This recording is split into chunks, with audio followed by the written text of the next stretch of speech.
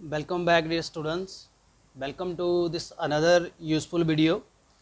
तो स्टूडेंट्स, हमने जो केमिकल इक्विलिब्रियम है वो फिनिश कर लिया है। तो उसमें हमारा एक टॉपिक रहता था डेट वाज आयनिक इक्विलिब्रियम, वो भी हमने आपको करवा दिया। तो हम टॉपिक कल कर रहे थे जो आयनिक इक्विलिब्रियम, उसमें जब इलेक्ट्रोलाइट की आयोनाइजेशन होती है उसमें एक वीक इलेक्ट्रोलाइट स्ट्रॉन्ग इलेक्ट्रोलाइट होता है, उसकी डिग्री ऑफ फ्रीडम होती है वो कितना डिज़ोल्व होता है। तो उसके लिए एक बहुत इंपॉर्टेंट यहाँ लॉ है, that is the Ostwald's dilution law. तो ये जो लॉ है इससे काफ़ी न्यूमेरिकल्स राइज होते हैं, इसलिए हम इसको करेंगे। तो ये रहीनियस जो थे उनका कंसेप्ट था कि जो इक्विलिब्रियम पोजीशन में जो आयनिक इक्विलिब्रियम चलता है, जैसे हम एक इक्वेशन माने a plus B equal to a positive b negative. तो ये हमारे पास कोई इलेक्ट्रोलाइट है AB, इसकी जब डाइल्यूशन हो रही है यानी इसकी आयोनाइजेशन हो रही है, डिज़ोल्व हो रहा है ये, तो इसका कैटाइन बन गया A पॉजिटिव, अनाइन बन गया B नेगेटिव। तो ये एक इक्विलिब्रियम पोजीशन में रहता है। ये रहीनियस का कंसेप्ट था ऑफ द डाइल्यूशन। तो इसी को ओस्टवाल्ड ने यूज़ किया था कि जो आयनिक इक्विलिब्रियम है उसमें भी ये चीज़ें इक्विलिब्रियम में ही रहती हैं। तो अगर हम इसको मैथमेटिक्स की डेरिवेशन करें, पूरा मैं आपको ड्राइव करके बताऊंगा क्या उसका लॉ है, क्या इसकी सिग्निफिकेंस है। तो इस इक्वेशंस को ध्यान में देखिए, इसको हम मानते हैं C, ये जो AB है that is undissociated and this is 0 0, इसको 0 0 मान लेंगे। And this is C alpha, this is C alpha. यहाँ पे जो अल्फ़ा है that is the degree of dissociation, degree of dissociation. And जो C है डेट इज अनआयोनाइज्ड कंटेंट, या स्पीसीज। जो अनआयोनाइज रह जाता है, जहाँ टूटता नहीं है, उसको हम किससे शो करते हैं, विद द C। एंड जो डिग्री कितना डेसोशिएट होता है उसको हम किससे शो करते हैं, A से। और मैं उम्मीद करता हूँ आपने इसको नोट कर लिया होगा। अब एट इक्विलिब्रियम अगर इसको हम ड्राइव करेंगे तो हम यहाँ पे क्या लिखेंगे, हेयर इसको अगर हम लिखें, C कंसंट्रेशन हमने यहाँ लिख लिया ऑलरेडी, तो इसको हम लिखेंगे 1 minus alpha, this is C alpha C alpha. So ये आ गया टोटल जो इसकी डिसइंटीग्रेशन है डेट इज़ अल्फ़ा। तो इसमें जो लॉ ऑफ केमिकल इक्विलिब्रियम अगर हम अप्लाई करें इस इक्वेशन के ऊपर, तो इसमें जो इक्विलिब्रियम कांस्टेंट है K, वो कैसे निकालेंगे हमने कल किया है, मैं उम्मीद करता हूँ आपको भी समझ आ गया होगा। यहाँ पे जो प्रोडक्ट है प्लस कैटाइन अनाइन अपॉन हम कर देंगे इसका जो अनडेसोशिएटेड इसका जो रिएक्टेंट है, तो ये हमारा इक्विलिब्रियम का लॉ बन जाता है। तो इसी में हम इन वैल्यूज़ को पुट करके आपको बताएंगे। तो ये क्या बनेगा यहाँ पे C अल्फ़ा, क्योंकि ये भी C अल्फ़ा है, ये भी C अल्फ़ा है। आई होप आपको ये क्लियर हो गया।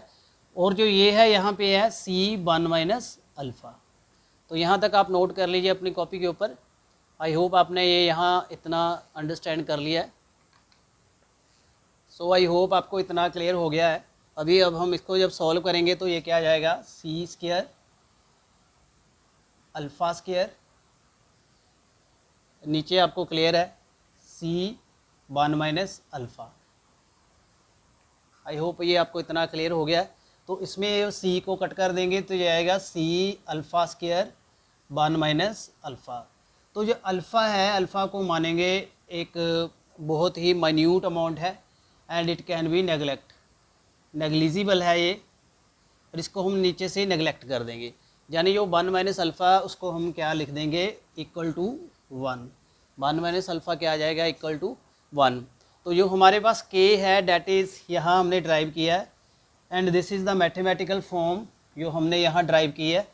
तो ये मैथमेटिकल फॉर्म आ जाती है जो आपका ओस्टवाल्ड का लॉ है।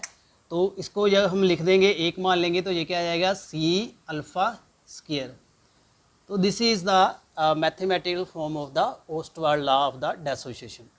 सो आगे हम इसको आगे और मॉडिफिकेशन में लिख सकते हैं। जो मेन आपका यही पॉइंट है, ये आपने यहाँ याद रख लेना है।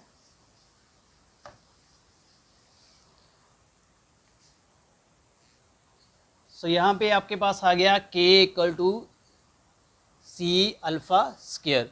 तो इसको अगर हम k equal to C alpha square लिखेंगे तो अगर आपने अल्फ़ा स्क्वायर की वैल्यू लिखनी है तो क्या लिखोगे, k अपॉन सी। तो इसको इस फॉर्म में भी लिख सकते हो, और अल्फ़ा को आप लिख सकते हो अंडर रूट k अपॉन सी, क्योंकि इसका हमने जो स्क्वायर रूट है, स्क्वायर की फॉर्म हटा देनी है तो यहाँ स्क्वायर रूट आ जाएगा, स्क्वेयरिंग बोथ साइड। ये आपको पता ही है, मैथमेटिकल लॉ है ये। तो this is the another expression. तो ये हमारे पास जो इक्वेशन बनी है इसको आप इक्वेशन नंबर 2 लिख लीजिए। ये जो इक्वेशन नंबर 2 है it is the another form of the Ostwald law.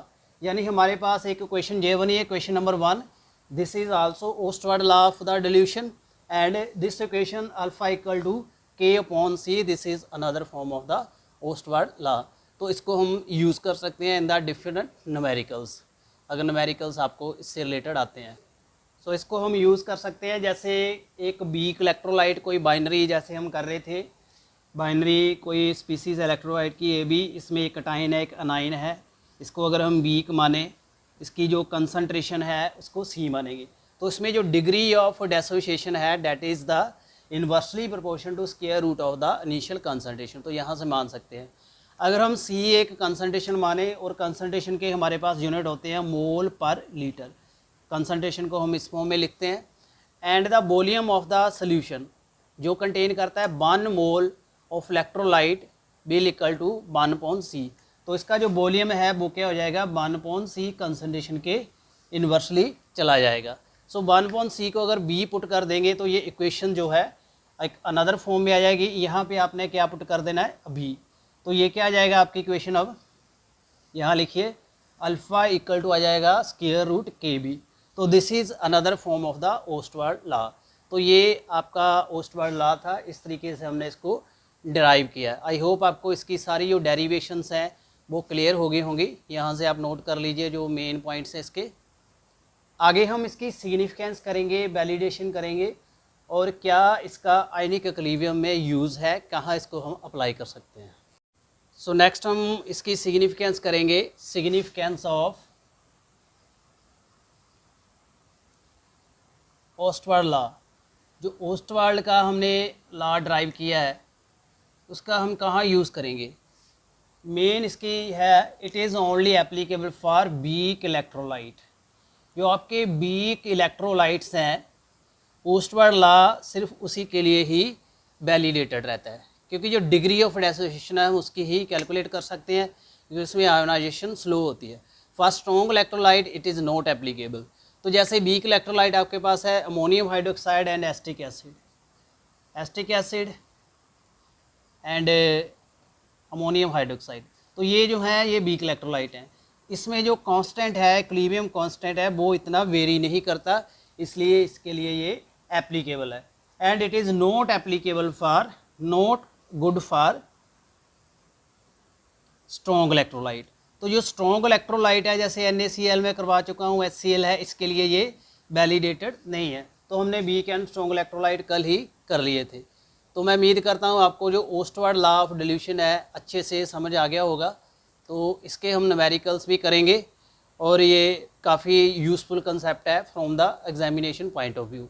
तो thank you very much. Video अच्छा लगा हो तो ज़्यादा से ज़्यादा शेयर करिएगा, और बाकी के वीडियो के लिए भी चैनल के साथ बने रहिए। Thank you.